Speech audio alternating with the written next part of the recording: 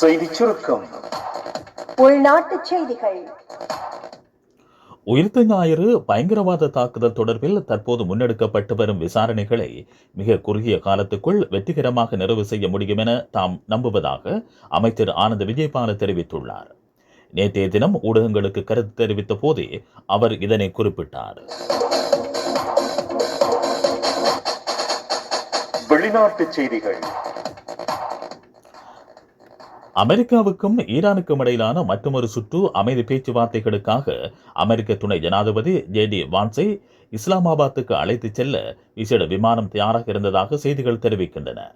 இந்த நிலையில் வாஷிங்டனில் இன்று ஒரு பரபரப்பான ராஜதந்திர தினமாக ஆரம்பமாகியுள்ளதாக குறிப்பிடப்பட்டுள்ளது.